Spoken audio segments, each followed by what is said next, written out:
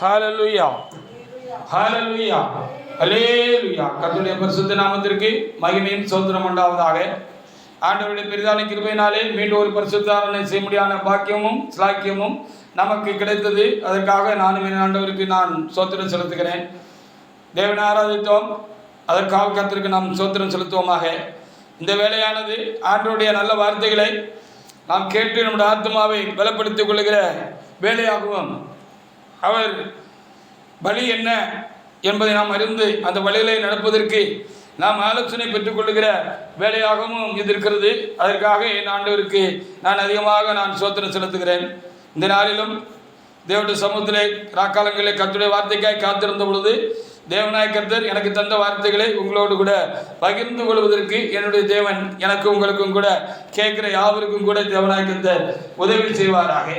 2 Thessalonica புத்தகத்தில் 2ஆம் அதிகாரத்தில் 3வது வசனத்தை இந்த நாளிலே தேவனாய கர்த்தர் நமக்கு பிரசங்க வாக்கியமாகவும் இந்த நாளுக்குரிய பிரசங்கமாகவும் செய்தியாகவும் தேவனாய கர்த்தர் நமக்கு என்ன செய்திருக்கிறார், தந்திருக்கிறார். 2 தெசலோனிக்கே புத்தகத்தில் 2ஆம் அதிகாரத்தில் 3வது வசனத்தை எடுத்த ஒரு தேவனுடைய பிள்ளை எழுந்து நின்று வாசிக்கிறார்.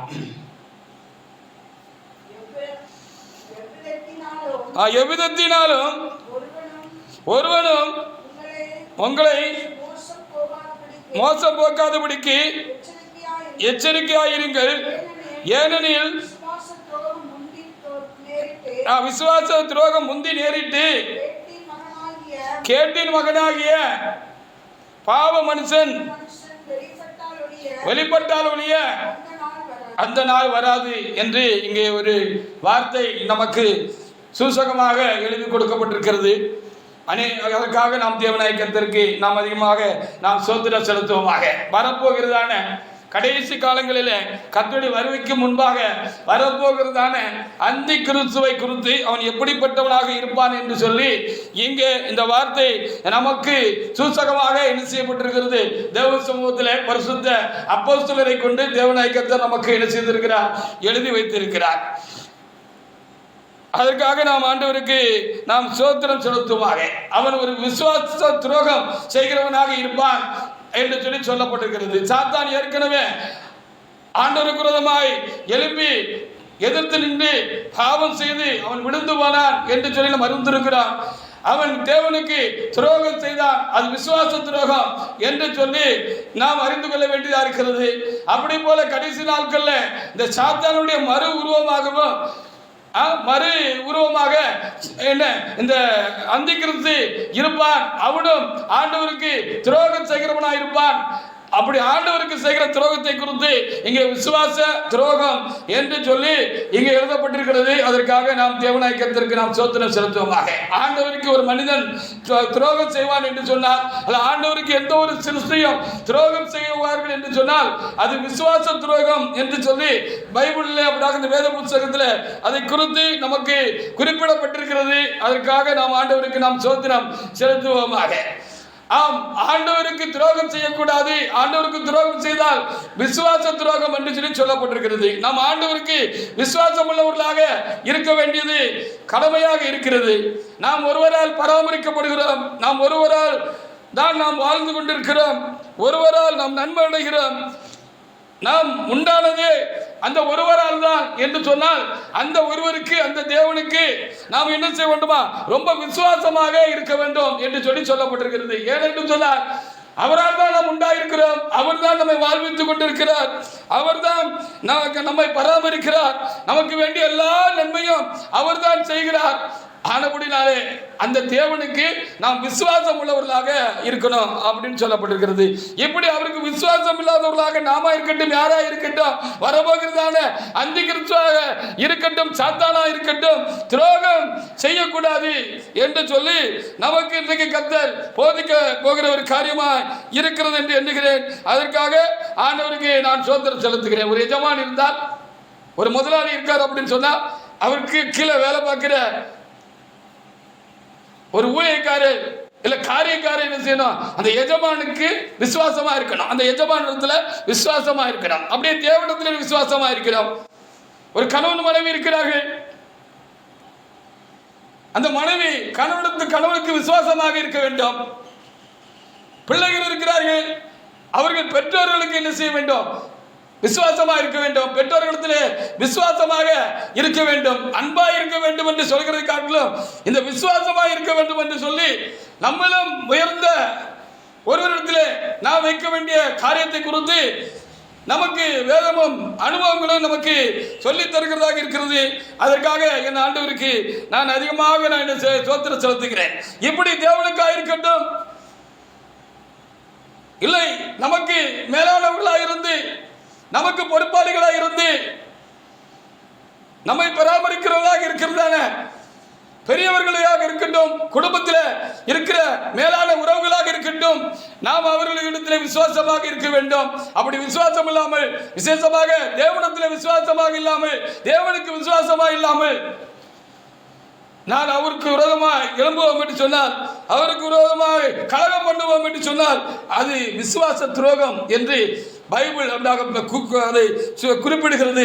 அப்படிப்பட்ட விசுவாச துரோகம் நம்மிடத்தில் காணப்படக்கூடாது, ஒருவரிடத்திலும் காணப்படக்கூடாது என்று சொல்லி நாம் பார்க்க வேண்டியதாக இருக்கிறது. பாருங்கள், யோவான் எழுதின சுவிசேஷ புஸ்தகத்தில் 14ஆம் அதிகாரத்தில் 1வது வசனத்தை நாம் எப்படியாக எடுத்து நம்ம இங்கே வாசிக்கிற பொழுது, தேவனிடத்தில் விசுவாசமாயிருங்கள், என்னிடத்திலும் விசுவாசமாயிருங்கள் என்று சொல்லப்பட்டிருக்கிறது. அப்போ மனிதன் தேவனுக்கு விசுவாசம் உள்ளவனாக இருக்க வேண்டாம். அதாவது விசுவாசம் உள்ளவன் என்று சொல்லுகிறது, விசுவாசமாக இருக்கிறது என்று சொல்லுகிற பொழுது நன்றி கலந்த அன்பு அவரிடத்தில் இருக்க வேண்டும் என்று அதற்கு பொருளாக இருக்கிறது. அன்பாக இருக்கிறது என்பது ஒரு காரியமாக இருந்தாலும் அந்த அன்பில் நன்றியும் கலந்திருக்க வேண்டும். நன்றியும் அன்பும் உள்ளவர்களாக நாம் தேவனிடத்தில் காணப்பட வேண்டும். அதான் விசுவாசம். அந்த அன்பும் நன்றிக்கும் கடன்பாட்டவர்களாக இருக்கிற நாம் அதற்கு மாறாக அவருக்கு விரோதமான காரியங்களை செய்வோம் என்று சொன்னால், அவருடைய சமூகத்தில் நாம் கலகம் உண்டாக்குவோம் என்று சொன்னார், அது விசுவாச துரோகம் என்று எண்ணப்படுகிறது, சொல்லப்படுகிறது. இந்த விசுவாச துரோகம் நம்மிடத்தில் காணப்படக்கூடாது. வாசிக்கலாம், யோவான் 14ஆம் அதிகாரத்திலே வாசிங்க, 1வது வசனத்தை ஒரு தேவனுடைய எடுத்து வாசிக்கலாம். வாசிங்க. உங்கள் இருதயம் கலங்காது இருப்பதாக தேவனிடத்தில் விசுவாசமாயிருங்கள் அப்படின்னு சொல்லி ஏசப்பா சொன்னாங்கன்னு சொல்லி சொல்லப்பட்டிருக்கிறது. அதற்காக ஆண்டவருக்கு நாம் ஸ்தோத்திரம் செலுத்துவோமாக. விசுவாச துரோகம் ஒருபோதும் தேவனுக்கோ அல்லது தேவனால் நமக்கு கொடுக்கப்பட்டிருக்கிறதான மேன்மை மிகு உறவுகளுக்கோ இல்ல மேலானவர்களுக்கோ நாம் என்ன செய்யக்கூடாது, ஒரு நாளும் நாம் செய்யக்கூடாது என்று சொல்லி இந்த வேத வாக்கியம் நமக்கு என்ன செய்கிறது, போதிக்கிறது. அதற்காக நாம் ஆண்டவருக்கு நாம் ஸ்தோத்திரம் செலுத்தும். பாருங்க, ஏசாயா புஸ்தகத்தில் 1வது அதிகாரத்தில் 2வது வசனத்தில் வாசிக்கிற பொழுது, நான் உங்கள் தேவனாய் இருப்பேன், நீங்கள் என் ஜனமாய் இருப்பீர்கள் என்று சொல்லி தேவனாய் கர்த்தர் இஸ்ரவேல் ஜனங்களை அவருடைய சொந்த ஜனங்களாக அவர் தெரிந்து கொண்டார். அது ஒரு பெரிய சாட்சியமாக இருக்கிறது. அண்ட சராசரிகளையும் படைத்த தேவாதி தேவன் அந்த குறிப்பிட்ட அந்த ஆபிரகாமின் சந்ததியை தெரிந்து கொண்டு அவர்களை தமக்கு சொந்த ஜனமாக தெரிந்து கொண்டு அவர்களுக்கு எவ்வளவு நன்மை செய்ய முடியுமோ, எவ்வளவு ஆசீர்வாதங்களை கொடுக்க முடியுமோ அவ்வளவு நன்மைகளையும் ஆசீர்வாதங்களையும் அவர்களுக்கு கொடுத்து அவர்களை அவர்தான் என்ன செய்தார், ஆதரித்து வந்தார் என்று சொல்லி நாம் வேத புத்தகத்தில் நாம் என்ன செய்கிறோம் பார்க்கிறோம். இப்படி தேவனால் ஆசீர்வதிக்கப்பட்டவர்களாய் தேவனுடைய ஜனங்களாக தேவனால் தெரிந்து கொள்ளப்பட்டவர்களாக அவர்கள் இருந்தார்கள். அவரும் அவர்களுக்கு தான் நான் தேவன் என்று சொல்லி சொன்னார் என்று சொல்லி நான் வேத புத்தகத்தில் நாம் பார்க்கிறோம். இப்படிப்பட்ட ஜனங்கள் அந்த தேவனுக்கு விசுவாச துரோகம் செய்தார்கள், தேவனுக்கு துரோகம் செய்தார்கள். அவர்கள் கலகக்காரர், கலக வீட்டார் என்று சொல்லி வேதத்தில் என்ன செய்யப்பட்டிருக்கிறது, எழுதப்பட்டிருக்கிறது. வாசிக்கலாம், ஏசாயா 1ஆம் அதிகாரத்தில் 2வது வசனத்தை கேளுங்கள். வானங்களை கேளுங்கள், பூமியை அவன் கர்த்தர் பேசுகிறார்.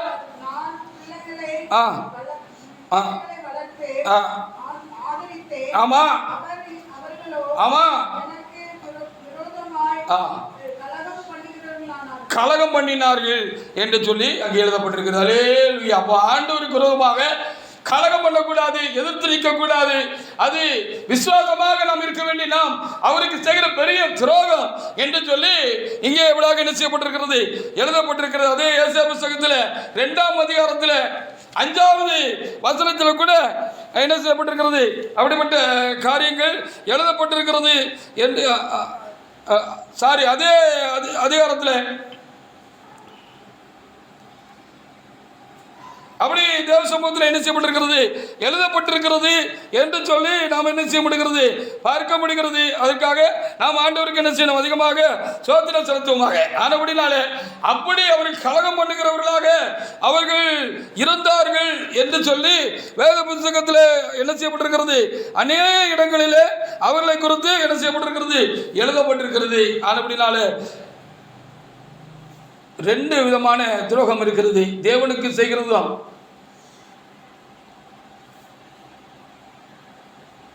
நம்முடைய உறவுகளில் நமக்கு தலையாய் கொடுக்கப்பட்டிருக்கிறவர்களுக்கு, இல்லை சமுதாயத்தில் நமக்கு தலையாய் கொடுக்கப்பட்டிருக்கிறவர்களுக்கு, இல்லைன்னா தேவ சமூகத்தில் நமக்கு தலையாய் கொடுக்கப்பட்டிருக்கிறவர்களுக்கு செய்கிற துரோகம் எல்லாம் தேவனை போல, தேவனுக்கு துரோகம் செய்கிறது விசுவாச துரோகம் போல அதுவும் ஒரு விசுவாச துரோகம் தான் என்று சொல்லி ஆவியானவர் சொல்லுகிற இந்த காரியங்களுக்காக நாம் ஆண்டவருக்கு என்ன செய்யணும், அதிகமாக நாம் என்ன செய்யணும், சோத்திரம் செலுத்த வேண்டாம்.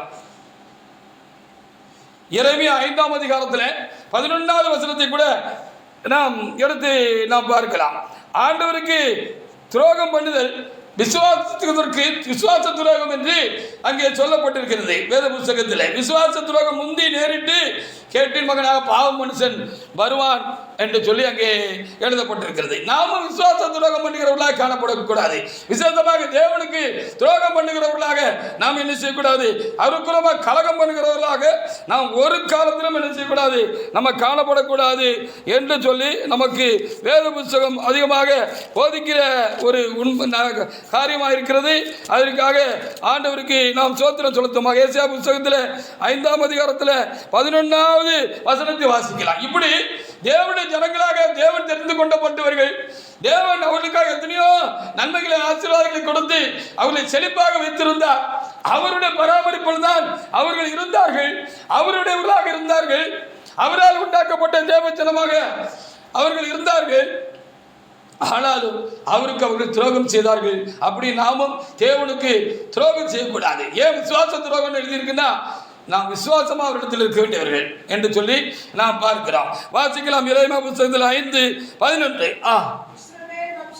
இஸ்ரவேல் வம்சத்தாரும் யூதா வம்சத்தாரும் எனக்கு விரோதமாய் மிகுதியும் துரோகம் பண்ணினார்கள் என்று கர்த்தர் சொல்கிறார் என்று சொல்லி ரொம்ப வருத்தமான காரியம் பாருங்க. இப்படி மனுஷர்கள் நமக்கு தலையா கொடுத்திருப்பாங்க, தலைமையா கொடுத்திருப்பாங்க, உறவுகள்ல, சமுதாயத்துல, நல்லபடியாக ஆவிக்குரிய வாழ்க்கையில நமக்கு தலைவர்களாக கர்த்தர் சிலரை நமக்கு தலைவர்களாக வைத்திருப்பார்கள். அப்படி தலைவர்களாக வைத்திருக்கிறவர்களுக்கு நாம் என்ன செய்யக்கூடாது, விரோதமாக நம்ம எழும்பக்கூடாது, கலகம் பண்ணக்கூடாது என்று சொல்லி இங்கே எப்படி என்ன செய்யப்பட்டிருக்கிறது, தெளிவாக தேவனாய் கர்த்தர் நமக்கு எழுதி கொடுக்கப்பட்டிருக்கிறார். அப்போ ஆண்டவருக்கு விரோதமாக கலகம் துரோகம் பண்ணோம்னா அது விசுவாச துரோகம்.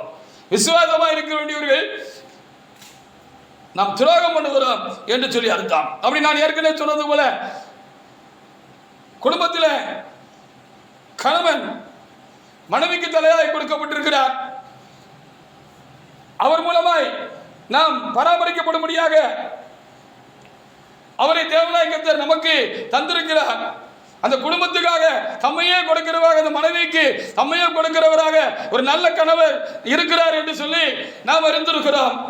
இறைவனும் நமக்கு அப்படியே ஒரு மணவாளனாக இருக்கிறார், நாமும் மணவாட்டியா இருக்கிறோம் என்று சொல்லி வேத புத்தகத்தில் சொல்லப்பட்டிருக்கிறது. அப்படி இருக்கிறபடினாலே அந்த கணவனுக்கு மனைவி துரோகம் செய்தாலும் அது விசுவாச துரோகம் என்று நாம் சொல்ல வேண்டியதாக இருக்கிறது.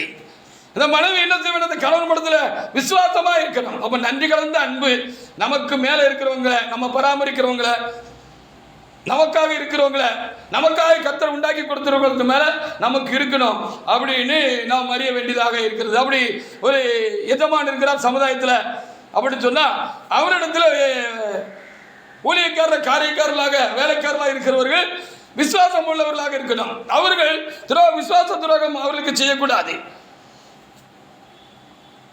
ரோமர் 1ஆம் அதிகாரத்தில் 25வது வசனத்தை எடுத்து வாசிக்கலாம்.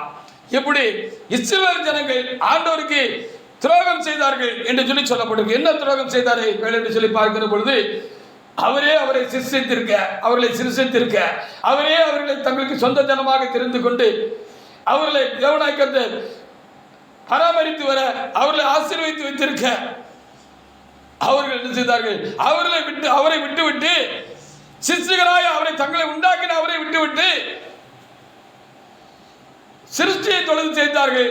அந்நிய தெய்வங்களை அவர்கள் வணங்கினார்கள். இது பெரிய ஒரு துரோகமாக அது இருந்தது என்று சொல்லி அங்கே பார்க்க முடிகிற ரோமர் 1ஆம் அதிகாரத்தில் 25வது வசனத்தை ஒரு தேவனுடைய பிள்ளை எடுத்து வாசிக்கலாம். ரோமர் 1ஆம் அதிகாரத்தில் 25வது வசனத்தை ஒரு தேவனுடைய பிள்ளை எடுத்து வாசிக்கலாம். தேவனுடைய சத்தியத்தை பொய்யாக மாற்றி சிருஷ்டிகளை தொழுது சேவியாமல், ஆமா,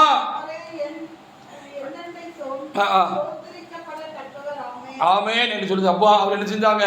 இது அவங்க ஆண்டவர் செஞ்ச பெரிய துரோகம். இது விசுவாச துரோகம். நம்பிக்கை துரோகம்னு இன்னொன்று இருக்கு.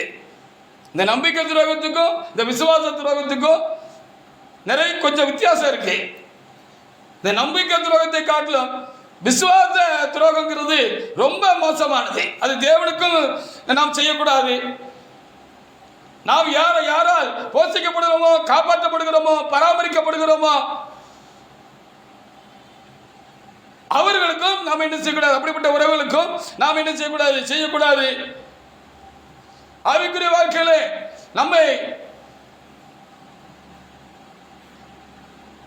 நமக்கு பெரியவர்களாக இருக்கிறவர்களுக்கும் நாம் துரோகம் செய்யக்கூடாது. நாம் அவர்களிடத்தில் விசுவாசம் உள்ளவர்களாக நாம் காணப்பட வேண்டும். அப்ப நம்பிக்கை துரோகம் என்று ஒன்று இருக்கிறது. நம்பிக்கை துரோகம் செஞ்சுட்டாம்பா அப்படின்னு சொல்லி நம்ம பல வேளைகளில் சொல்லுகிறவர்களாக இருக்கிறோம். அது யாருக்கு நம்பிக்கை துரோகம் என்ற வார்த்தை எங்கே செல்லுபடியாகும்? அது எந்த இடத்துல அது சொன்னால் சரியா இருக்கும் என்று சொல்லி பார்க்கிற பொழுது, நமக்கு சமமா இருக்கிறவர்கள், நமக்கு கீழ்பட்டவர்களுக்கு நாம் அநியாயம் செய்தோம், துரோகம் செய்தோம் அப்படின்னு சொன்னா அது நம்பிக்கை துரோகம். ஒரு கணவனுக்கு மனைவி துரோகம் செய்தால் அது விசுவாச துரோகம். ஏன்னு சொன்னால் அந்த கணவன் தன்னையே அந்த மனைவிக்காக, அந்த குடும்பத்துக்காக முற்றிலும் அவனுக்கு தன்னை கொடுத்திருக்கிறான். அந்த குடும்பத்துக்காக அவன் தியாகமாக தன்னை ஒப்பு கொடுத்திருக்கிறான். அந்த குடும்பத்துக்காக தன்னுடைய வாழ்க்கையை அவன் தியாகம் செய்கிறவனாக இருக்கிறான்.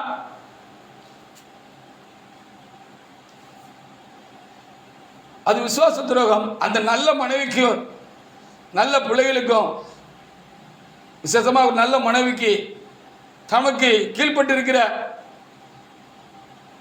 அந்த மனைவிக்கு ஒரு கணவன் துரோகம் செய்வான்னு சொன்னால் அது நம்பிக்கை துரோகம். அப்போ விசுவாச துரோகம் ரொம்ப தப்பானது. அது ஒரு காலம் நமக்கு உண்டாகக்கூடாது. நம்பிக்கை துரோகமும் நல்லதில்லை. இந்த நம்பிக்கை துரோகமும் விசுவாச துரோகமும் நம்ம வாழ்க்கையில ஒரு நாளும் காணப்படக்கூடாது. நம்ம யாருக்கும் அதை நாம் செய்யக்கூடாது. தேவனிடத்தில் ரொம்ப பயபக்தி உள்ளவர்களாக, அவர் மேல் ரொம்ப விசுவாசம் உள்ளவர்களாக, அவருக்கு ஒருபோது அவர் குரோதமான காரியங்களை நாம் செய்யாதவர்களாக நம்ம என்னை காத்துக்கொள்ளலாம். நண்பர்கள் இருக்கிறார்கள், சமமானவர்கள். ஒரு நண்பன் இன்னொரு நண்பனுக்கு துரோகம் செய்யக்கூடாது. அது நம்பிக்கை துரோகம். எப்படி நம்ம துரோகம் செய்கிறவர்களாக, யாருக்கும் துரோகம் செய்தவர்களாக நாம் என்ன செய்யக்கூடாது? காணப்படக்கூடாது. ஆதியாகமம் 42ஆம் அதிகாரத்தில் 21வது வசனத்தை நாம் எடுத்து பார்க்கிற பொழுது, அங்கே யோசேப்பின் புத்திரர்கள் தம்முடைய சகோதரனாக இருந்ததான யோசேப்புக்கு செய்த தப்பிதங்களை குறித்து நினைத்து அவர்களுக்கு ஒரு இக்கட்டு உண்டான பொழுது, நம்ம சகோதரனுக்கு செய்த துரோகம் தான் நமக்கு இப்படி ஒரு தீங்க நமக்கு உண்டாயிருக்கு அப்படின்னு சொல்லி ரொம்ப வருத்தப்பட்டாங்க அப்படின்னு சொல்லி அங்கே எழுதப்பட்டிருக்கிறது. ஆனால் அப்படின்னா தேவனுடைய பிள்ளைகளே, தேவனுக்கும் தேவனால் நமக்கு தலைவர்களாக நாம் பராமரிக்கப்படும்படியாக தேவனாய் கர்த்தர் வைத்திருக்கிற குடும்ப உறவுகளாக இருக்கட்டும், சமுதாயத்தில் கர்த்தர் நமக்கு மேலான அதிகாரிகளாக ராஜாக்களாக வைத்திருக்கிறவர்களாக இருக்கட்டும், அல்லது தேவனுடைய சமூகத்தில் நமக்கு நம்மை ஆதரிக்கும்படியாக தேவனாய் கர்த்தர் வைத்திருக்கிறதான தலைவர்களாக இருக்கட்டும், அவர்களுக்கு விரோதமாய் நாம் என்ன செய்யக்கூடாது? துரோகம் செய்யக்கூடாது. நாமும் அவர்களுக்கு துரோகம் செய்யக்கூடாது என்று சொல்லி நம்ம இங்கே பார்க்க முடியும். ஆதியாகமம் 42 21வது வசனத்தை ஒரு தேவனுடைய பிள்ளை எடுத்து வாசிக்கலாம். வாசிங்க. நம்முடைய சகோதரனுக்கு நாம் செய்த துரோகம் நம்மேல் சுமந்தது. பார்த்தீங்களா, போதும் அவ்வளோதான் அப்படின்னு சொல்லி அவங்க வருத்தப்பட்டாங்க. இது நம்பிக்கை துரோகம். நமக்கு சமமானவர்களுக்கு, நமக்கு கீழானவர்களுக்கு நம்ம ஏதாவது எதிரான காரியங்களை செஞ்சோம்னா அதுக்கு துரோகம்னு பேர். அவருக்குள்ள கலகம் உண்டு பண்ணணும்னா அது துரோகம்னு பேர். ஆனால் இதுக்கு நம்பிக்கை துரோகம்னு பேர். தேவனுக்கு விரோதமாய் நம்ம எதிரான காரியங்களை பண்ணோம்னா அது விசுவாச துரோகம் என்று வேத புத்தகத்தில் எழுதப்பட்டிருக்கு. ரெண்டுக்குள்ள வேறுபாட்டை நம்ம புரிஞ்சுக்கிடணும். ரெண்டும் தப்பு தான். ரெண்டையும் நம்ம என்ன செய்யக்கூடாது? யாருக்கும் நம்ம துரோகம் செய்யக்கூடாது. எந்த ஒரு மனிதர்களுக்கும் தேவனுக்கும் நம்ம துரோகம் பண்ணுகிறவர்களாக நம்ம என்ன செய்யக்கூடாது? நம்ம இருக்கக்கூடாது என்று சொல்லி இந்த வேத புத்தகம் நமக்கு போதிக்கிறது. 2 சாமுவேல் 11ஆம் அதிகாரத்தில் 3-4 வசனங்களை கூட நாம் அங்கே ஒரு காரியத்தை நமக்கு வாசிக்கிறப்படுகிறது. ஆனபடி நம்பிக்கை துரோகமாக இருக்கட்டும், நாம் தேவனிடத்திலும் நாம் விசுவாசமாக இருக்கும்படியாக கர்த்தர் நமக்கு கொடுக்கப்பட்டான உறவுகளிடத்திலும் நமக்கு தலையாய் கொடுக்கப்பட்டவரிடத்திலும் நாம் விசுவாசத்துக்கு மாறாக அவர்களுக்கு ஏதாவது தீங்கு செய்வோம், அவர்களுக்கு விரோதமான காரியங்களை பேசுவோம் அல்லது அவர்கள் செய்வோம் என்று சொன்னால் அது ரொம்ப வருத்தமான காரியம். நாம் அப்படி செய்யக்கூடாது. அப்படி நமக்கு கீழே இருக்கிறவர்களுக்காக, நமக்கு சமமாக இருக்கிறவர்களுக்கும், நம்முடைய பராமரிப்பில் இருக்கிறவர்களுக்கும் அப்படிப்பட்ட பராமரிக்கும்படியாக தேவன் வைத்திருக்கிறதான அப்படிப்பட்ட மனிதர்களாக இருக்கிற ஒருவர் என்ன செய்யக்கூடாது? அவருக்கு துரோகம் செய்யக்கூடாது என்று சொல்லி வேத புத்தகம் நமக்கு என்ன செய்கிறது? போதிக்கிறது. அதற்காக நாம் ஆண்டவருக்கு நாம் அதிகமாக நாம் ஸ்தோத்திரம் செலுத்துவோமாக. 2 சாமுவேல் புத்தகத்தில் 11ஆம் அதிகாரத்தில் 3-4 வசனங்களை தேவனுடைய பிள்ளை எடுத்து வாசிக்கலாம். வாசிங்க.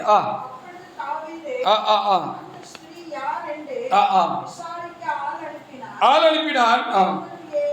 எலியாமின் குமாரத்தையும் ஏத்தியனான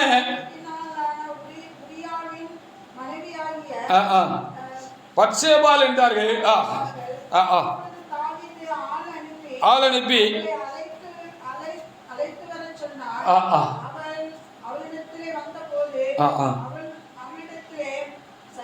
அவளோட சயனித்தால் என்று சொல்லி அங்கே எழுதப்பட்டிருக்கிற. பார்த்தீங்களா?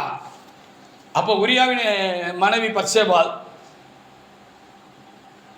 அவர் ஒரு விசுவாசம் உள்ள ஒரு போர் வீரனாக இருந்தார். தேவனிடத்தில் மாத்திரமல்ல, நம்ம ராஜாக்களிடத்திலும் விசுவாசமாக இருக்க வேண்டும். அப்படியே ஆவிக்குரிய வாழ்க்கையில நமக்கு அதிகாரிகளாக ராஜாக்களாக கொடுத்திருக்கிறதான தேவனிடத்தில் நம்ம விசுவாசமாக இருக்க வேண்டும். அப்படி நம் குடும்பத்தில் தலைவர்களாக நம்மை ஆதரிக்கும்படியாக, நம்மை பராமரிக்கும்படியாக நாம் யாரிடத்தில் பராமரிப்பில் இருக்கிறோமோ அவர்களும் நமக்கு ராஜாக்கள் தான். அது தேவனால் நமக்கு கொடுக்கப்பட்ட அதிகாரிகளாக இருக்கிறார்கள், தலைகளாக இருக்கிறார்கள். அவர்களுக்கு நாம் விசுவாசமா இருக்கணும்னு சொன்னேன். இங்க இந்த உரியா அப்படியே இந்த தாவீது ராஜாவுக்கு ரொம்ப விசுவாசம் உள்ள ஒரு மனிதனாக இருந்தார் என்று அவருடைய சரிதை நமக்கு காண்பிக்கிற ஒரு முக்கியமான காரியமாக இருக்கிறது. அப்படிப்பட்ட இந்த உரியாவுடைய மனைவி என்று தெரிந்தும் தாவீது ராஜா என்னதுதான் அந்த மனுஷனுக்கு துரோகம் பண்ணினார் என்று சொல்லி சொல்லப்பட்டிருக்கிறது. இது பெரிய நம்பிக்கை துரோகம். நம்பிக்கை துரோகமா இருக்கட்டும், விசுவாச துரோகமா இருக்கட்டும், நமக்கு மேலானவர்களுக்காக இருக்கட்டும், தேவனுக்காக இருக்கட்டும், நமக்கு கீழ்ப்பட்டவர்களாக இருக்கட்டும், நாம் ஒருபோதும் துரோகம் செய்யக்கூடாது. அது ஒரு மோசமான காரியம். நாம் யாருக்கும் துரோகம் செய்யக்கூடாது. நீதிமொழிகள் 24ஆம் அதிகாரத்தில் 21வது வசனத்தை நாம் எடுத்து அங்கே வாசித்து பார்ப்போம் என்று சொன்னால், நீ தேவனுக்கும் நீ கர்த்தருக்கும் ராஜாவுக்கும் பயந்து நட அப்படின்னு சொல்லப்பட்டிருக்கிறது. அப்போ தேவனுக்கு விசுவாசமா இருக்கிற போல ராஜாக்களுக்கு விசுவாசமா இருக்க வேண்டும் என்று சொல்லி வேத புத்தகம் நமக்கு சொல்லுகிறது. ஏனென்று சொன்னால் எந்த ஒரு அதிகாரமும் தேவனால் உண்டாயிருக்கிறது, தேவனால் இல்லாமல் ஒரு அதிகாரமும் உண்டாகவில்லை என்று சொல்லியிருக்கிறபடினாலே நமக்கு தலைவர்களாக தலைகளாக கொடுக்கப்பட்டிருக்கிற ராஜாக்களுக்கும் நம்ம என்ன செய்யணுமா, நம்ம எப்பவுமே என்ன செய்யணும், கீழ்ப்படிஞ்சிருக்கணும். அவரோடத்துல நம்ம விசுவாசமா இருக்கணும். விசுவாசம் சொன்னா நான் முதல்ல சொன்னேன், வெறும் அன்பு மாத்திரம் இல்ல, அவர்கள் நமக்காக தங்களே கொடுத்திருக்கிறபடினாலும், நமக்காக அவர்கள் அநேக நன்மைகளை நமக்கு செய்கிறபடினாலும், அவர்கள் நம்மில் வைத்து அன்பினால் நம்ம பராமரிக்கிறபடினாலும் நம்ம அப்படி என்ன செய்யணுமா, அவர்களிடத்துல விசுவாசம் உள்ளவங்களா இருக்கணும், நன்றி உள்ளவங்களாக விசுவாசம் உள்ளவங்களா இருக்கணும் என்று சொல்லி, நன்றி அன்பு உள்ளவர்களாக இருக்கணும் என்று சொல்லி ஆண்டவர் சொல்லுகிறார். நீதிமொழிகள் புத்தகத்தில் 24வது அதிகாரத்தில் 21வது வசனத்தை ஒரு தேவன் எடுத்து வாசிக்கலாம். வாசிங்க. 24:21. என் மகனே, கீழே இருக்கு, என் மகனே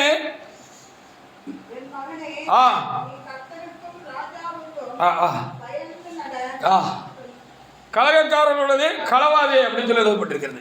அப்போ தேவனுக்கு நம்ம பயந்து நடக்கணும். ஏனென்று சொன்னால் அவரால் நாம் பராமரிக்கப்படுகிறோம், அவரால் நாம் உண்டாயிருக்கிறோம். அப்படி போல நம்மை பராமரிப்பதற்கு இந்த சமுதாயத்திலும் தேவனாய் பலவிதமான காரியங்களை ஆண்டவரே உண்டு பண்ணி வைத்திருக்கிறார். அப்படியானால் ராஜாக்களுக்கும் நம்ம என்ன செய்ய வேண்டும், பயப்பட வேண்டும். அவர்களுக்கு விரோதமாக நம்ம என்ன செய்யக்கூடாது, எழும்பக்கூடாது. அது ராஜ துரோகம் அல்லது விசுவாச துரோகம் என்று அதற்கு சொல்லுவார்கள்.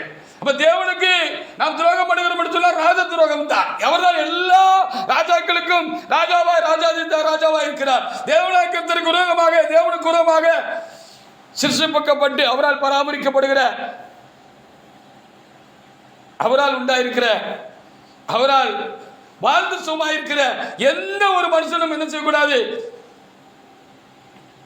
அவருக்கு ரொம்ப கலகம் பண்ணக்கூடாது, அவருக்கு இதை எதிரான காரியங்களை நம்ம செய்யக்கூடாது. அது ராஜ துரோகம் என்று சொல்லி இங்கே எழுதப்பட்டிருக்கிறது. அதற்காக நாம் தேவனாய் கர்த்தருக்கு நாம் ஸ்தோத்திரம் சொல்லுவோம். அப்போ ராஜாவுக்கு நாம் கலகம் பண்ணுவோம், துரோகம் பண்ணுவோம், எதிரான காரியங்களை செய்வோம், விரோதமான காரியங்களை செய்வோம் அப்படின்னு சொன்னால் அதுவும் விசுவாச துரோகம் என்று நமக்கு சொல்லப்படுகிறது. லேவியராகம புத்தகத்தில் 19ஆம் அதிகாரத்தில் 3வது வசனத்தை எடுத்து பாருங்க. நான் ஏற்கனவே சொன்னது போல தாயை தகப்பனை என்ன செய்யணும், கணம் பண்ணணும் அப்படின்னு சொல்லப்பட்டிருக்கிறது. ராஜாவை கணம் பண்ணணும்னு சொல்லப்பட்டிருக்கிறது, தேவனை கணம் பண்ணணும்னு சொல்லப்பட்டிருக்கிறது. தாய் தகப்பனையும் நம்ம என்ன செய்யணுமா, கணம் பண்ணணும்னு நமக்கு தெளிவாக ஆண்டவர் நமக்கு போதித்து வைத்திருக்கிற ஒரு காரியமாக இருக்கிறது, போதித்து சொன்ன ஒரு முக்கியமான காரியமாக இருக்கிறது. அப்போ கணம் பண்ண வேண்டியவர்களை கணம் பண்ணாமலும், அவர்களுக்கு விசுவாசம் இல்லாமலும், நன்றியும் அன்பு அவரிடத்தில் நாம் காண்பிக்கிறதா இருக்க வேண்டியிருக்க, அதற்கு மாறான காரியங்கள் செயல்கள் நம்மிடத்தில் காணப்படும் என்று சொன்னால் அது விசுவாச துரோகம் என்று சொல்லி நமக்கு வேதம் போதிக்கிற ஒரு முக்கியமான ஒரு காரியமாக இருக்கிறது. லேவியராகம புத்தகத்தில் 19ஆம் அதிகாரத்தில் 3வது வசனத்தை ஒரு தேவனுடைய பிள்ளை வாசிக்கலாம். வாசிங்க. உங்களில் அவனவன் தன் தன் தாய்க்கும் பயந்திருக்கவும்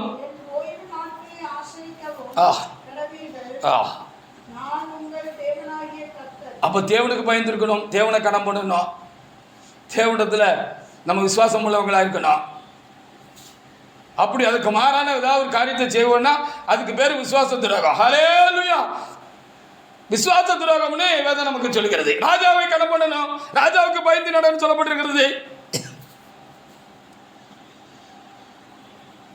ராஜாவிடத்தில் விசுவாசமா இருக்கணும்னு சொல்லப்பட்டிருக்கிறது.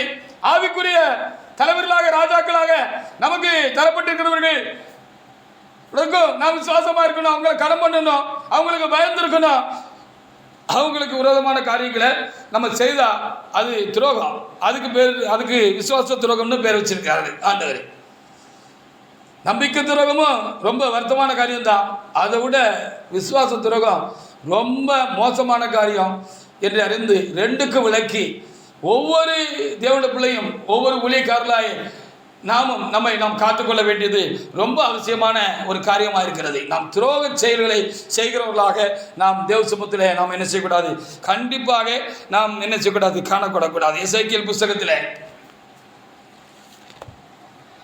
23ஆம் அதிகாரத்தில் 36-37 வசனங்களை நாம் அங்கே வாசிக்கிற பொழுது, ஒரு கணவனுக்கு மனைவி விசுவாசமாக இருக்க வேண்டியவள், அவனுக்கு அன்பும் நன்றி உணர்வு உள்ளவர்களாக, அவனுக்கு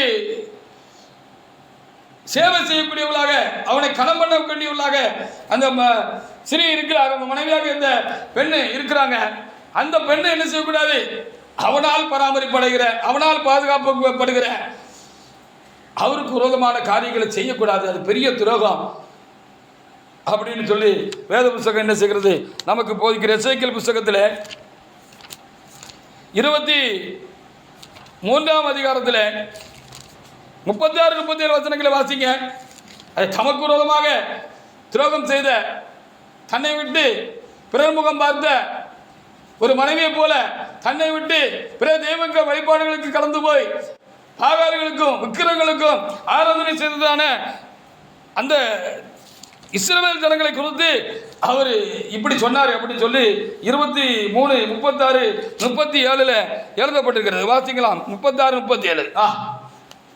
பின்னும் கர்த்தர் என்னை நோக்கி, மனுபுத்திரனே, நீ அகோலியாலையும் அகோலிபாலையும் குறித்து வழக்காட மனதானால் அவருடைய அருவருப்புகளை அவருக்கு தெரிய காட்டி அவர்களை உபச்சாரம் பண்ணினார்கள் அப்படின்னு சொல்லி எழுதப்பட்டிருக்கு. ஆண்டவருக்கு விரோதமாக விக்கிர ஆராதனை செய்தார்கள்.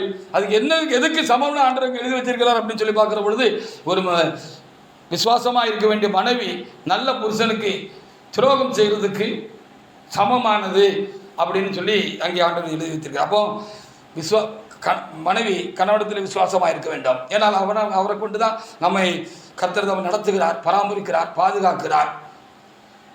ஒரு நல்ல கணவன் தன்னையே ஒரு மனைவிக்காக கொடுத்து விடுகிறான், பிள்ளைகளுக்காக கொடுத்து விடுகிறான் என்று சொல்லி நம்ம இங்கே பார்க்க முடிகிறது. மல்கியா புஸ்தகத்தில் 1ஆம் அதிகாரத்தில் 6வது வசனத்தை எடுத்து பார்க்கிற பொழுது, இப்படி தேவன் யாருக்கும் துரோகம் பண்ணுகிறது இல்லை. தேவன் ஒரு காலம் என்ன செய்ய மாட்டார், ஒருவருக்கும் அவர் துரோகம் பண்ணினது இல்லை. அவர் தேவன், அவர் துரோகம் பண்ண வேண்டிய அவசியம் இல்லை, கட்டாயம் இல்லை. ஆனால் ராஜாக்கள் குடிமக்களுக்கு, தேசத்துடைய ஜனங்களுக்கு துரோகம் பண்ணலாம், அநியாயம் பண்ணிடலாம். ஆவிக்குரிய தலைவர்களாக நமக்கு தரப்பட்டிருக்கிறான ஆவிக்குரிய தலைவர்கள் தேவனுடைய ஜனங்களுக்கு தங்களுக்கு கீழ் கொடுக்கப்பட்டிருக்கிறான, தங்களுக்கு கோலின் கீழ் கொடுக்கப்பட்டிருக்கிறான தேவனுடைய மந்தைக்கு, ஆடுகளுக்கு அல்லது உடன் இருக்கிறதான ஊழியக்காரர்களுக்கு என்ன செய்து விடலாம், துரோகம் செய்து விடலாம்.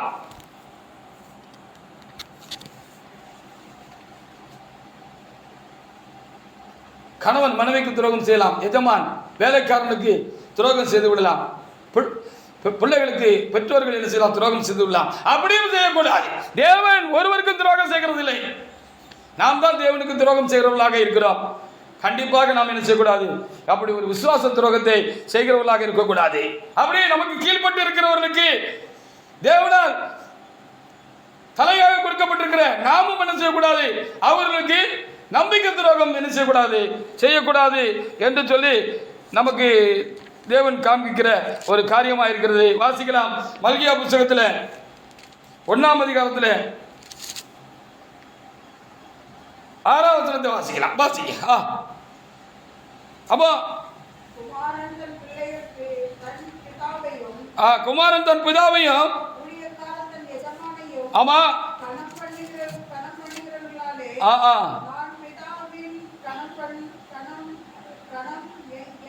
நான் பிதாவானால் என் கணம் எங்கே, நான் எஜமானால் எனக்கு பயப்படும் பயம் எங்கே என்று சேனைகளை கர்த்தர் தமது நாமத்தை அசட்டை பண்ணுகிற ஆசாரியர்களாக உங்களை கேட்கிறார். அப்படின்னு சொல்லி அங்கே எழுதப்பட்டிருக்கு. அல்லேலூயா. அப்போ பாருங்க, மத்தேயு 12ஆம் அதிகாரத்தில் 32ஆம் வசனத்தை வாசிங்க. நம்மை அபிஷேகம் பண்ணின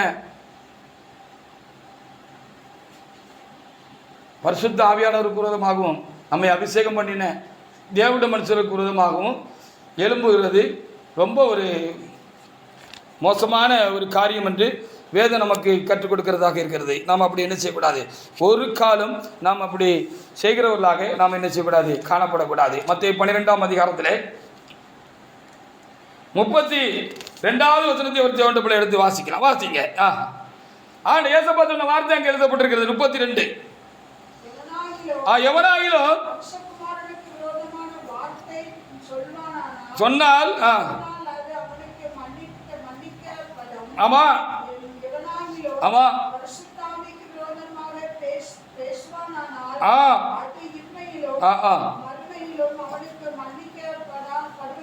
ஆமா. அப்போ நம்மளை அபிஷேகம் பண்ண ஆண்டவருக்கு விரோதமா நம்ம பாவம் செய்யக்கூடாது, அவருக்கு விரோதமா கலகம் பண்ணக்கூடாது, துரோகம் பண்ணக்கூடாது அப்படி சொல்லப்பட்டிருக்கிறார். அப்ப நம்மை அபிஷேகம் பண்ணின நம்மை அபிஷேகம் பண்ண முடியாது தேவனாக தெரிந்து கொண்டு நம்மை அபிஷேகித்ததான தேவனுடைய மனுஷருக்கு விரோதமாக நம்ம கலகம் பண்ணக்கூடாது.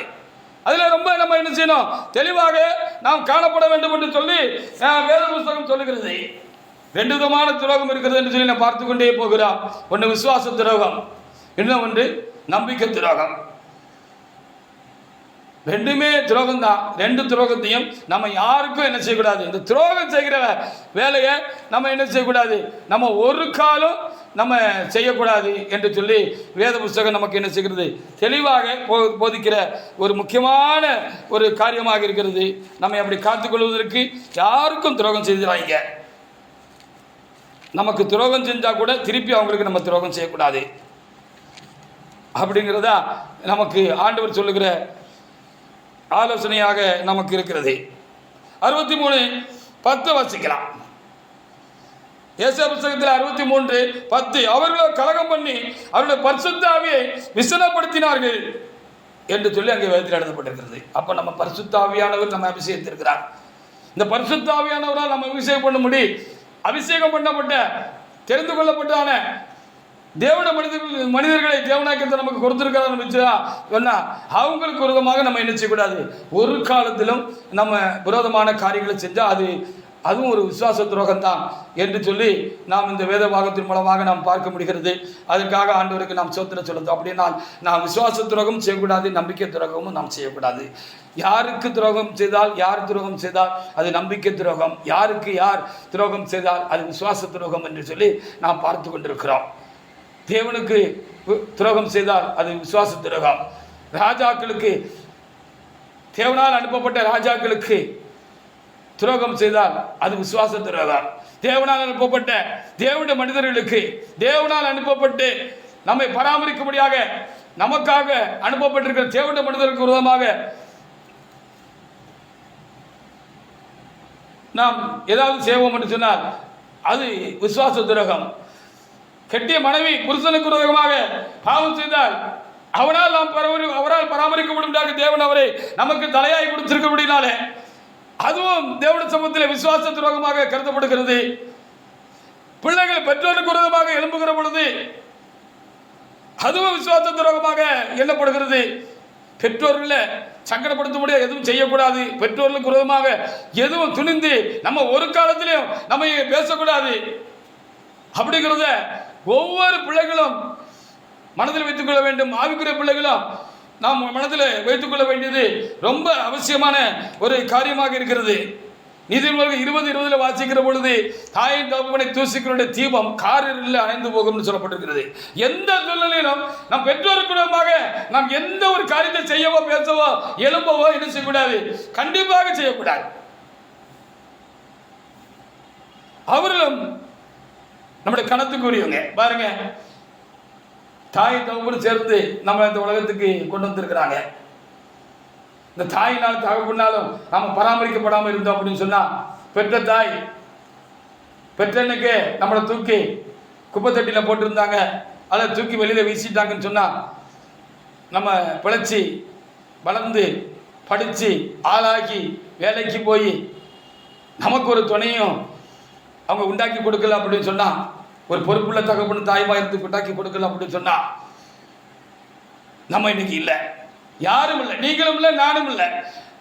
அப்போ தாயும் தகப்பனும் கூட நமக்கு எப்படிப்பட்டவர்களாக இருக்கிறார்கள் என்று சொல்லி பார்க்கிற பொழுது, அவர்களும் நம்மை உண்டாக்கின தேவனை போல இந்த உலகத்தில் நாம் உண்டாகி வாழ்ந்து வளர்ந்து நம்ம ஆசீர்வாதமா இருப்பதற்கு காரணமா இருக்கிறாங்க. அன்னைக்கு அவங்க தூக்கி வெளியே போட்டிருந்தாங்க, இல்ல சரியா நம்மளை பராமரிக்கல, நமக்கு நம்ம உதிரத்தை பாலா கொடுக்கல, நம்ம எத்தனையோ முறை நம்ம வளர்ந்து ஒரு நிலை அடைகிறதுக்கு வரைக்கும் நாம் வியாதிப்பட்டிருப்போம்.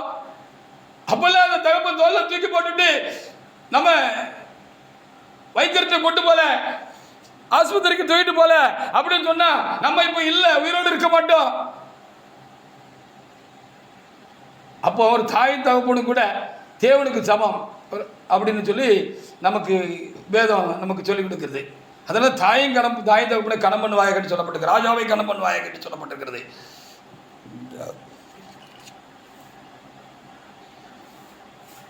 நமக்கு தலைவர்களாக ராஜாக்களாக கொடுக்கப்பட்டிருக்கிற ஆவிக்குரிய தலைவர்களை நாம் கணம் பண்ணணும், அவங்களுக்கு பயந்து இருக்கணும், அவங்களுக்கு அவங்களுக்கு தீது பேசக்கூடாது, தீங்கு செய்யக்கூடாது அப்படின்னு சொல்லி வேத புத்தகம் நமக்கு என்ன செய்கிறது, தொடர்ந்து போதிக்கிற ஒரு காரியமாக இருக்கிறது.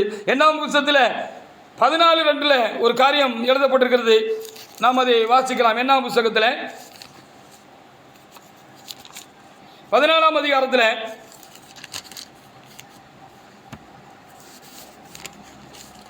2வது வசனத்தை ஒரு தேவனுடைய பிள்ளை எடுத்தவர்களை வாசிக்கலாம். வாசிங்க 14:2.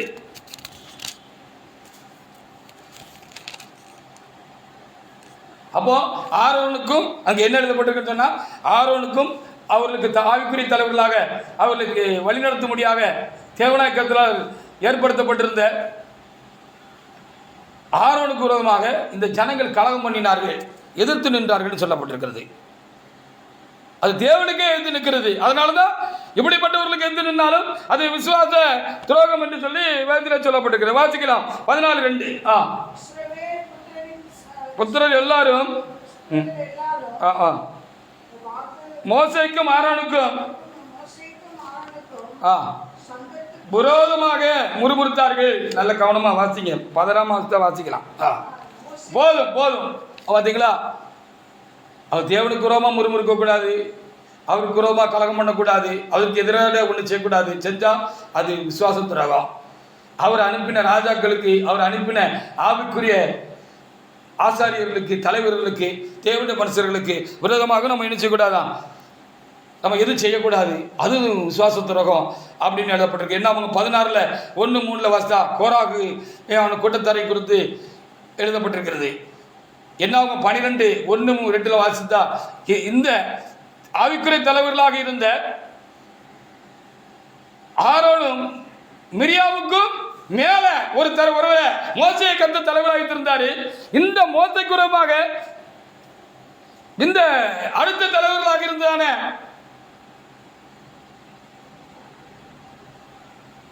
ஆரோனும் மிரியாமும் எதிர்த்து நின்னாங்க, கலகம் பண்ணாங்க அப்படின்னு சொல்லி என்னாம் புத்தகம் 12:1-2 என்ன செய்யப்பட்டிருக்கிறது, எழுதப்பட்டிருக்கிறது. அப்படிப்பட்ட துரோகமாக, விசுவாச துரோகமான காரியங்களை நாம் பண்ணக்கூடாது. அப்போ நாம் நமக்கு கொடுக்கப்பட்ட தேவஜனங்களுக்கு நாம் தலைவர்களாக கொடுக்கப்பட்டிருக்கிறது போல நமக்கு மேலாக ஒருவரை தலைவராக வைத்திருப்பார். கண்டிப்பா ஒரு சபை இருந்து சொன்னா அதுக்கு தேவன் தலையா இருப்பார். அடுத்து ஒருவரை தேவனுக்கு அடுத்தால அவரை முழுவதும் கண்காணிக்கவும், பாதுகாக்கவும், அவர்களை நடத்தவும், அவர்களை பராமரிக்கவும், அவர்களுக்கு நன்மை செய்யவும், அவர்கள் மேல் பட்சமாக இருக்கவும், அவர்களுக்கு உபகாரம் செய்யவும் தேவனாய் கர்த்தர் இன்னும் ஒருவரை வச்சிருப்பாரு, அவருக்கு கீழே இன்னும் சிலர் வச்சிருப்பாரு. அப்ப ஒருவருக்கு ஒருவர் கணம் பண்ணுகிறவர்களாக, கீழ்ப்படுகிறவர்களாக அவர்கள் இருக்கணும். அப்படி இல்லைன்னா இதெல்லாம் விசுவாச துரோகம் என்று சொல்லி ஆண்டவர் இந்த இடங்களில் எழுதி வைத்திருக்கிறார். அதற்காக நாம் ஆண்டவருக்கு அதிகமாக நாம் ஸ்தோத்திரம் செலுத்துவோமாக. அப்போஸ்தலர் 23ஆம் அதிகாரத்தில் 3ஆம் வசனத்தில் ஒரு வார்த்தை எழுதப்பட்டிருக்கிறது. அங்கே பிரதான ஆசாரியர் இருந்தார்.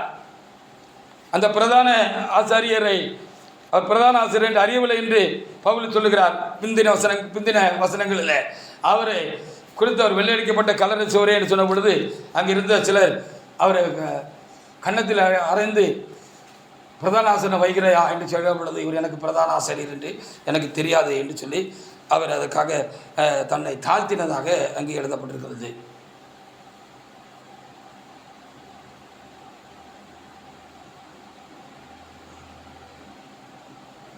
அப்போ என்ன ஒரு காரியம் அப்படின்னு சொன்னா, ராஜாதி ராஜாவாக இருக்கிற ஆண்டவன் யாருக்கும் எந்த அநியாயம் செய்கிறது இல்லை. தம்மால் பராமரிக்கப்படுகிற எந்த சிசுக்கும் அவர் குறை வைக்கிறது இல்லை. ஆனால் ராஜாக்கள் வைத்து விட முடியும். அல்ல ஆவிக்குரிய தலைவர்களாக கொடுத்து கொண்டிருக்கிறான தலைவர்கள் ஜனங்களுக்கு செய்து விட முடியும்.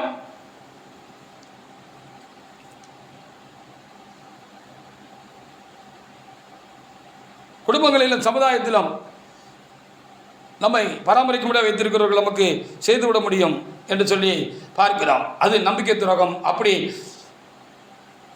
ஏற்படுத்தப்பட்டவர்கள், தேவ காரியமாய் நியமிக்கப்பட்டவர்கள், குடும்ப காரியமாய் நியமிக்கப்பட்டவர்கள், சமுதாயத்தில் இருக்கிறதான எஜமான்களாக இருக்கிறவர்கள் தமக்கு கீழே இருக்கிறவனை கீழ்பட்டவர்களுக்கு செய்கிறதும் ஒரு பெருத்த ஒரு துரோகமான ஒரு செயலாக இருக்கிறது. இப்படிப்பட்ட காரியங்களை நாம் என்ன செய்யக்கூடாது, ஒரு காலம் நாம் செய்யக்கூடாது. சரி, இப்படிப்பட்டவர்கள் தேவனுக்கு துரோகம் செய்தால் அது எவ்வளவு பெரிய வருத்தமான காரியம். தேவனால் நம்பிக்கப்பட்டவர்கள் தேவனுக்கு துரோகம் செய்தால் அது எப்படி எவ்வளவு வருத்தமான காரியம் என்று சொல்லி நாம் பார்க்க வேண்டியதாக இருக்கிறது. அப்படி செய்கிறது ரொம்ப வருத்தமான காரியம். அப்படி நாம் செய்யக்கூடாது என்று சொல்லி தேவநாயகத்தை நமக்கு ஆலோசனை சொல்கிறார். நாம் ஒருவருக்கு ஒருவர் அநியாயம் செய்யக்கூடாதவர்களாக இருக்கிறோம். நம்ம கண்டிப்பாக என்ன செய்யக்கூடாது, அநியாயம் செய்யக்கூடாது.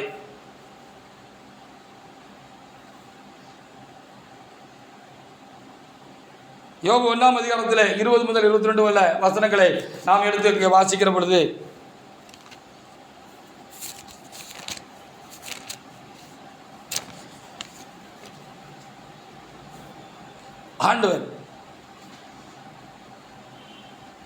ஆண்டவர் அவரை இவ்வளவு வருத்தமான சூழ்நிலைக்கு தள்ளவில்லை. ஏன்னு சொன்னால் பொல்லாங்கினால் தேவன் யாரையும் சோதிக்கிறவள் அல்ல அப்படின்னு சொல்லி வேதத்தில் எழுதப்பட்டு சாத்தான் அப்படி செஞ்சுட்டான். இருந்தாலும் எப்படியாவது இந்த யோபுக்கு ஆண்டவர் ஒரு மனத்தாங்களை உண்டாக்கியிருந்தோம். எப்படியாவது இந்த ஆண்டவருக்கு விரோதமாக ஏதாவது சொல்ல வச்சிருந்தோம், பேச வச்சிருந்தோம். அப்படிங்கிறதுக்காக ஒரு பெரிய தீங்க யோபுக்கு உண்டாக்குனா அப்படின்னு சொல்லியிருக்கிறோம். அதனால் அவர் அப்படிப்பட்ட சூழ்நிலையிலும் அதற்காக அவர் ஆண்டவர் மேலே மனத்தாங்கல் அடையலை அப்படி சொல்லி பார்க்குறோம். அதே 2:10 நம்ம வாசிக்கிற பொழுது ஒரு மனைவி ஏன் என்ன உயிரோடு இருக்கிறீரு, செத்து தொலையும் அப்படின்னு சொல்லி சங்கடப்பட்ட பொழுது கூட, சங்கடமாக பேசுறது பொழுது கூட பைத்தியக்காரி பேசுகிற மாதிரி பேசுறிய, ஆண்டவர் கையிலிருந்து நன்மை பெற்ற நாம தீமையும் பெற வேண்டாமா அப்படின்னு அவர் ரொம்ப வருத்தமாக சொன்னார் அப்படின்னு சொல்லி அவர் சொன்னார் சொல்லி நம்ம பார்க்க முடிகிறது. ஆனபடினால் ஒருவேளை தேவன் ஒரு காலம் நமக்கு தீங்கு செய்கிறது இல்லை. நமக்கு ராஜாக்களாக இருக்கிற தேவனுடைய மனுஷர்கள், நமக்கு தனிப்பட்ட முறையில் அல்லது நமக்கு அதிகாரிகளாக தலைகளாக கொடுக்கப்பட்டிருக்கிறதான எஜமான்கள், பெற்றோர்கள் அல்லது இப்படியாக புருஷமார்கள் என்ன செஞ்சிடலாம், சில வேளை ஏதாவது நமக்கு ஒரு குறை உண்டாக்கிடலாம். ஆனால் நிறைய நன்மை செஞ்சிருப்பாங்க தானே, அது ஏதாவது சில குறைகள் உண்டாக்கியிருக்க பொழுது இந்த யோபு மாதிரி நம்ம வாயை கையை நம்ம பொத்திக்கிடணும் காத்துக்கிடணும்னு சொல்லி கர்த்தர் சொல்கிறார். அவங்களுக்கு விரோதமாக நம்ம என்ன செய்யக்கூடாது, நம்ம பேசக்கூடாது. அவங்களுக்கு விரோதமாக எதுவும் செய்யக்கூடாது. அதுதான் சரியா இருக்கும் அப்படின்னு சொல்லப்பட்டிருக்கிறது. அப்போ பெரியவர்களாக இருக்கிறவங்க, தேவனால் நமக்கு நியமிக்கப்பட்டிருக்கிறவங்க நமக்கு அநியாயம் செய்யலாமா? கூடவே கூடாது. அவங்களை நம்பி வந்துட்டோம், தேவனை நம்பின போல அவங்களை நம்பி வந்துட்டோம். அவங்களை நம்பி வந்துட்ட பிற்பாடு அவங்க நமக்கு துரோகம் செய்வாங்கன்னா அது ரொம்ப மோசமான காரியம். அப்படி ஒரு துரோகத்தை தலைவர்களாக இருக்கிறவங்க நம்ம எந்த ஒரு சூழ்நிலையிலும் நம்ம என்ன செய்யக்கூடாது, ஜனங்களுக்கு நம்ம செய்யக்கூடாது. நமக்கு கீழே பராமரிப்புக்குள்ள கர்த்தர் நமக்கு நம்முடைய பராமரிப்பில் கொடுத்துருக்கிறவங்களுக்கு நம்ம ஒரு காலம் என்ன செய்யக்கூடாது, நம்ம செய்யவே கூடாது என்று சொல்லி ஆண்டவர் இந்த நாளில் துரோகம் செய்யாதீங்க, யாருக்கும் துரோகம் செய்யாதீங்க. பெரியவர்களாக இருந்தால் உங்களுக்கு கீழ்பட்டவர்களுக்கு, சிறியவர்களுக்கு துரோகம் செய்யாதீங்க, தேவனுக்கு துரோகம் செய்யாதீங்க. உங்களுக்கு சாபமாக இருக்கிறதான உங்களுக்கு துரோகம் செய்யாதீங்க அப்படின்னு சொல்லி ஆண்டவர் சொல்லுகிறார். துரோகம் செய்யவே கூடாது. ஒருவரும் என்ன செய்யக்கூடாது, ஒரு காலத்திலும் நாம் யாருக்கும் துரோகம் செய்யக்கூடாது. அது ரொம்ப ஒரு தவறான ஒரு காரியம், ரொம்ப ஒரு வருத்தமான காரியம், அது தண்டனைக்குரிய காரியம். அது பெரிய சேதத்தை, தீமையை நம்முடைய வாழ்க்கையில கொண்டு வந்து விடும். அது ஒரு பெரிய நஷ்டத்தை நம்முடைய வாழ்க்கையில கொண்டு வந்து விடும். அது ஒரு பெரிய ஒரு இழிவான காரியம், இழி செயலாகும். அது ஒரு காலம் நம்ம என்ன செய்யக்கூடாது, நம்ம செய்யவே கூடாது என்று சொல்லி நாம் பார்க்க வேண்டியதாக இருக்கிறது. அதற்காக நாம் ஆண்டவருக்கு அதிகமாக நாம் ஸ்தோத்திரம் செலுத்துவோமாக. 2 சாமுவேல் 17ஆம் அதிகாரத்தில் 23வது வசனத்தையும் அதற்கு முன்பாக மத்தேயு 27:5 நான் வாசிக்கிற பொழுது, தேவனுக்கு துரோகம் செய்த யூதாசுடைய நிலைமை என்னாச்சுன்னு சொல்லி அங்கே எழுதியிருக்கு. அவன் ஆண்டு கொண்டு செத்தான் எழுதப்பட்டிருக்கிறது.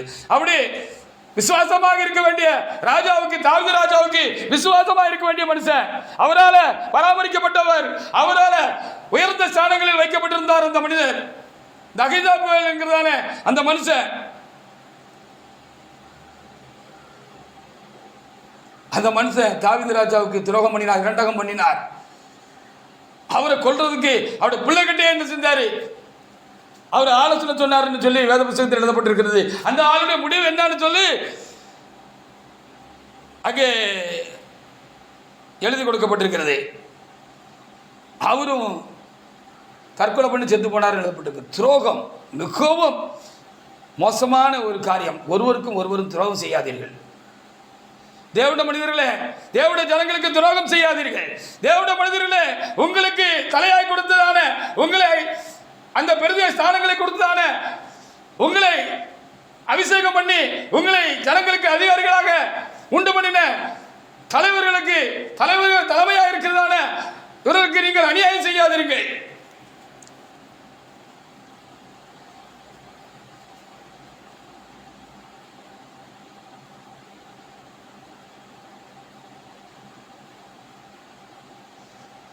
விசேஷமாக யாராக இருந்தாலும், உயர்ந்தவர்களாக இருந்தாலும், பெரியவர்களாக இருந்தாலும், சிறியவர்களாக இருந்தாலும், தேவனுக்கு என்ன செய்யாதீங்க, துரோகம் செய்யாதீங்க அப்படின்னு சொல்லி வேதம் சொல்லுது. தேவனுக்கு துரோகம் செய்யாதீங்க, தேவனுடைய வேதத்துக்கு துரோகம் செய்யாதீங்க.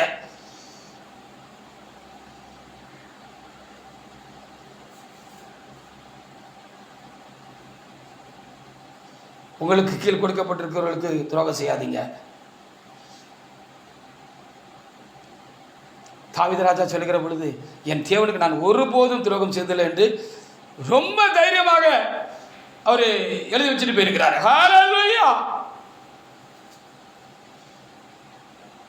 தலைமை மரணத்துக்காக தலைமைக்கு துரோகம் செஞ்சாங்க.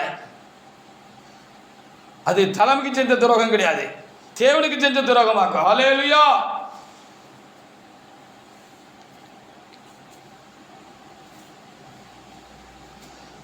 இப்போ தலைவர்கள் சொல்லிக்கிறவங்கலாம் தேவனுக்கும் துரோகம் செய்யறாங்க.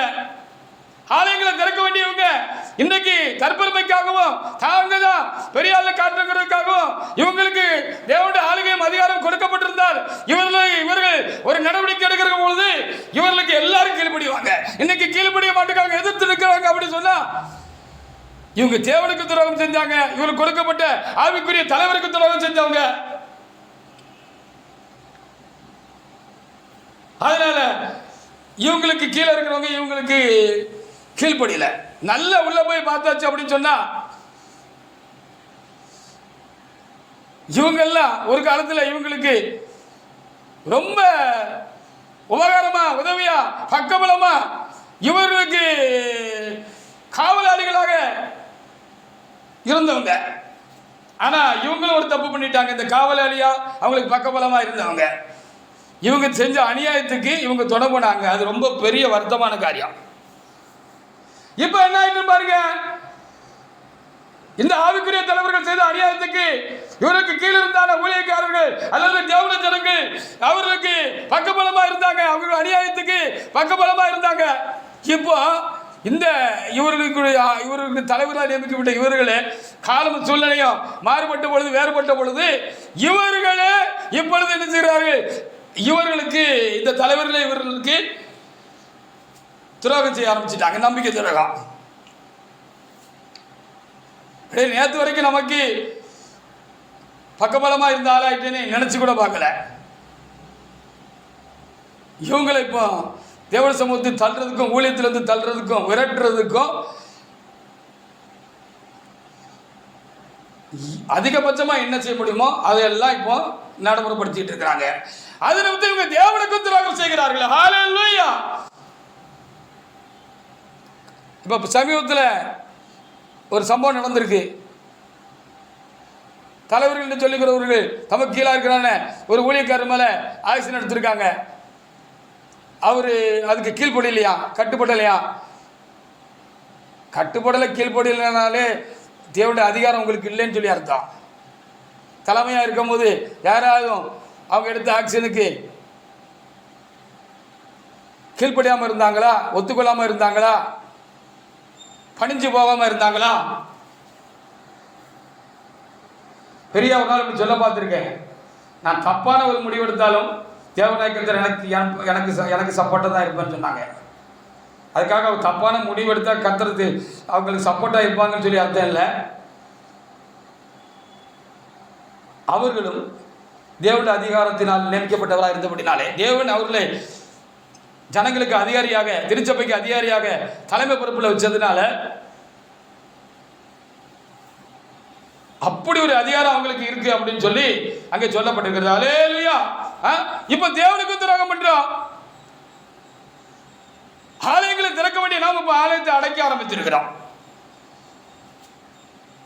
வரட்டு கௌரவத்துக்காகவும் முரட்டு பிடிவாதத்துக்காகவும் நான் சொன்னதை நான் எப்படியாவது செய்யணுங்கிறதுக்காகவும் காவல்துறைக்கு அங்கே இங்கேயும் போய் சபையை நாசப்படுத்தி கேவலப்படுத்தி தேவனுடைய நாமமும் தூசிக்கப்படும்படியான காரியங்களை துணிகரமாக செய்கிறார்கள். தேவனுடைய ஜனமாக இருக்கட்டும் அல்லது அவருக்கு கீழே இருக்கிறான தேவனுடைய ஊழியக்காரர்களாக இருக்கட்டும், எச்சரிக்கையாக இருங்கள். அநியாயத்துக்கு துணை போகாதீர்கள். பாவம் செய்கிறவர்களுக்கு துணை போகாதீர்கள். தேவனுக்கு துரோகம் செய்தவர்களுக்கு துணை போகாதீர்கள். தேவனுடைய தலைமை பொறுப்புகளில் இருந்தவர்களுக்கு விரோதமாய் மரணத்துக்கு பிற்பாடு அநியாயம் துரோகம் செய்தவர்களுக்கு துணை போகாதீர்கள். அப்படி நீங்க துணை போனீங்கன்னா அவங்களுக்கு நீதியான தண்டனை உண்டாகிற பொழுது அதில் உங்களுக்கும் பங்கு இருக்கும். நீங்களும் தண்டிக்கப்படுவீர்கள். நல்லதுக்கு துணை போங்கள். நல்ல காரியங்களுக்கு துணை போங்கள். நியாயமான காரியங்களுக்கு துணை போங்கள். எந்த தேவனுடைய மனுஷனாக இருக்கட்டும், தேவனுக்கு விரோதமாய், சபைக்கு விரோதமாய், சத்தியத்துக்கு விரோதமாய், நீதிக்கு நியாயத்துக்கு விரோதமாய், தெரிந்து கொள்ளப்பட்ட விரோதமாய் பாவம் செய்வார்கள், அநியாயம் அக்கிரமம் செய்வார்கள் என்று சொன்னால் நீங்கள் துணை போகாதீர்கள். உங்களால் எதிர்க்க முடியாது, கேட்க முடியாது என்கிற ஒரு நிலை இருந்தால் பரவாயில்லை, நீங்க ஒதுக்கிக்கோங்க.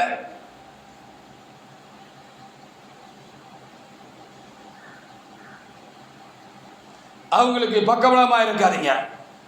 பாவத்துக்கு அவங்க செய்கிற பாவத்துக்கு, அநியாயத்துக்கு, அக்கிரமத்துக்கு, துரோக செயலுக்கு நீங்க துணை போகாதீங்க. இன்னைக்கு ஒருவருக்கு அவர்களுக்கு செய்த அநியாயத்துக்கு பக்கபலமாக இருந்தவர்களுக்கு, உடந்தையா இருந்தவங்களுக்கு, அவங்கள பாதுகாக்கிறதுக்கு வாள் எடுத்தவங்களுக்கு விரோதமாக இப்போ அவங்க வாள் எடுத்திருக்காங்கன்னா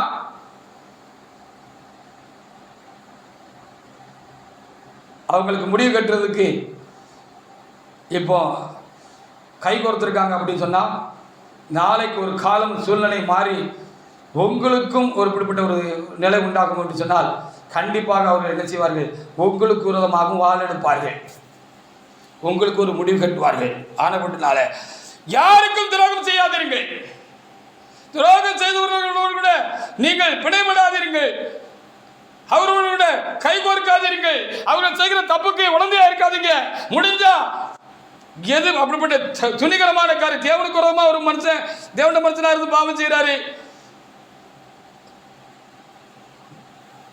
தேவன் விட்டு கொடுக்காத, காட்டி கொடுக்காத ஒரு தலைமை பண்புல பொறுப்புல இருந்த ஒரு தேவனுடைய மனுஷனுக்கு விரோதமாக இவர்கள் பாவம் செய்கிறார்கள், அநியாயம் செய்கிறார்கள். உடன் இருக்கிற ஊழியக்காரருக்கு அநியாயம் செய்திருக்கிறார்கள். ஒரே பாவத்தை பலர் செய்திருக்க இவங்க சொந்தக்காரங்கன்னா அவரை பாதுகாக்கிறாங்க. இவருக்கு சொந்தக்காரன் இல்ல, இவர் ஒரு எளிமையான ஏழையான ஒரு ஊழியக்காரன்னா அவங்களுக்கு ஒரு நடவடிக்கை, அவங்க மேல ஒரு ஆக்ஷன் எடுக்கிறாங்க. கேட்க ஆள் இல்லைன்னா கடுமையான ஒரு காரியங்களை செய்யறாங்க. தங்களுக்கு கீழே இருக்கிற விசுவாசிகளுக்கும் அநியாயம் பண்றாங்க, நம்பிக்கை துரோகம் செய்யறாங்க. அப்படின்னு சொன்னா இவங்களோட காரியத்துல நம்ம தான் தெளிவா இருந்துக்கிடணும். ஊழியக்காரங்களும் விசுவாசிகளுமா இருக்கிற தேவனுடைய பிள்ளைகள் தான் தெளிவா இருந்துக்கிடணும்.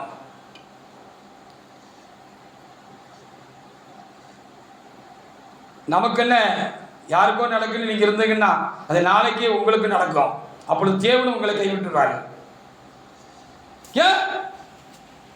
எளியவனுக்காக உன் வாயை திற என்று வேதத்தில் எழுதியிருக்கிறது தானே. இவர்கள் துணிகரமான காரியங்களை செய்வார்கள் என்று சொன்னால் இவருக்கு ராஜாக்களாய் கொடுக்கப்பட்டவர்களுக்கும் தேவனையும் இவர்கள் மதிக்காமல் இவர்கள் தேவனுக்கு உறவாக ராஜாக்களுக்கு உறவாக இவர்கள் கலகம் பண்ணுவார்கள் என்று சொன்னால் தங்களுக்கு கீழே கொடுக்கப்பட்டிருக்கிறானே ஜனங்களை இவர்கள் மிதிப்பார்கள் என்று சொன்னால் அவர்களுக்கு அநியாயம் செய்வார்கள் என்று சொன்னால் நாம் தேவன் பட்சத்தில் நின்று நாம் கேட்ட தப்பே கிடையாது. தேவன் பட்சத்திலிருந்து நம்ம கேட்டால் அது தப்பே கிடையாது. அதனாலதான் பவுல் அங்கே நியாயஸ்தானத்தில் நின்ற பொழுது அங்கே பிரதான ஆசிரியர் நின்ற மனிதனை பார்த்து அப்படி கடுமையான வார்த்தை சொன்னார். ஏன்னா நியாயம் விசாரிக்க வேண்டிய அவர் விசாரிக்காமல குற்றம் சாட்டினா அது தப்பு இல்ல.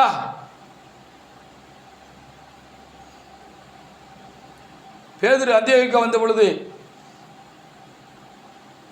அவர் விடுதலை சேர்ந்தவர்களுக்கு பயந்து பிரஜாதிபதியுடைய அது வரைக்கும் சாப்பிட்டு இருந்தவர் விலகி பிரிஞ்சார்னு சொன்ன பொழுது அவர் தைரியமா முகமுகமா என்ன செஞ்சாரு கேட்டார்னு சொல்லி வேதத்தில் சொல்லப்பட்டிருக்கிறது. நான் ரொம்ப கவனமாக இருக்க வேண்டியவர்களாக இருக்கிறோம்.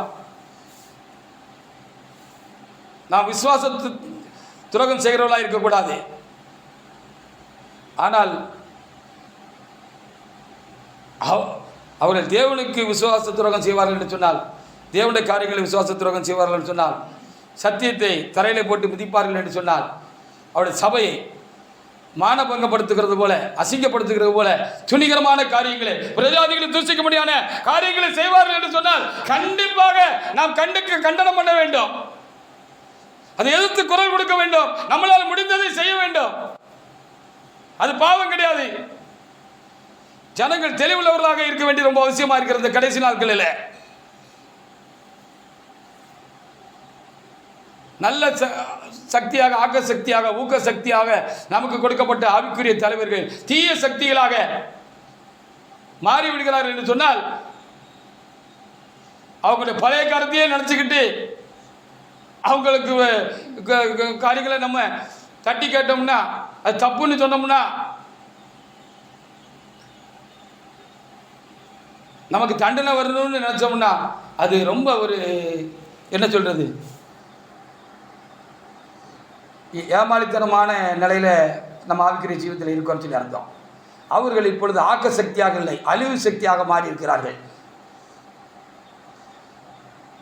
தேவநாயகத்திற்கும் அவருடைய சபைக்கும் அவருடைய சத்தியத்துக்கும் அவர்களுக்கு கீழாக கொடுக்கப்பட்ட ஊழியக்காரர்களுக்கும் அவருக்கு மேலாய் கொடுக்கப்பட்டான ஆவிக்குரிய தலைவர்களுக்கும் அவர்கள் துணிந்து துரோகம் செய்கிறார்கள்.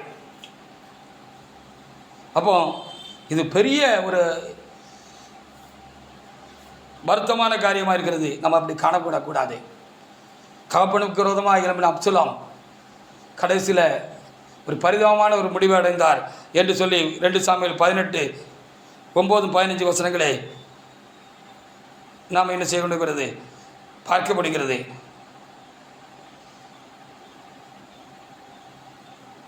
தன்னை சேவகம் எழுதி கொண்ட ராஜாக்குரமாக எழும்பின யோவாப்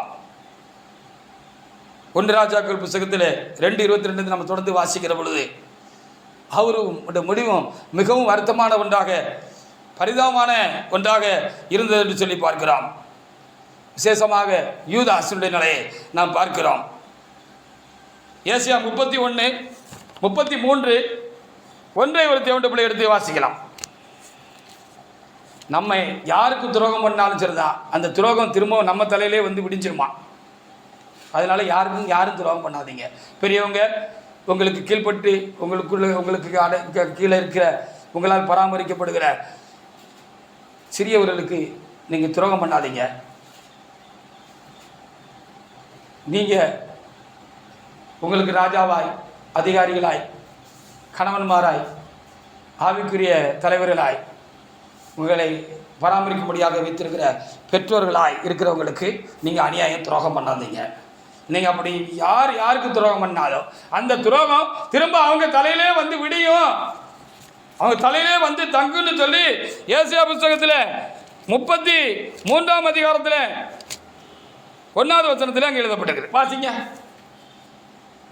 கொள்ளையிடப்படாதிருந்தும் கொள்ளையை இடுகிறவனும் துரோகம் பண்ணாதவருக்கு துரோகம் பண்ணுவனுமாகி உனக்கு ஐயோ, நீ கொள்ளையிட்டு முடிந்த பின்பு கொள்ளையிடப்படுவாய், நீ துரோகம் பண்ணி தீர்ந்த பின்பு உனக்கு துரோகம் பண்ணுவார்கள் சொல்லப்பட்டிருக்கிறது. ஆனபடினாலே துரோகம் பண்ணாலே அது பெரிய துரோகம்தான், துரோகமான காரியம்தான். தேவனுக்கு, நம்மை உண்டாக்கினவருக்கு, நம்மை பராமரிக்கிறவர்களுக்கு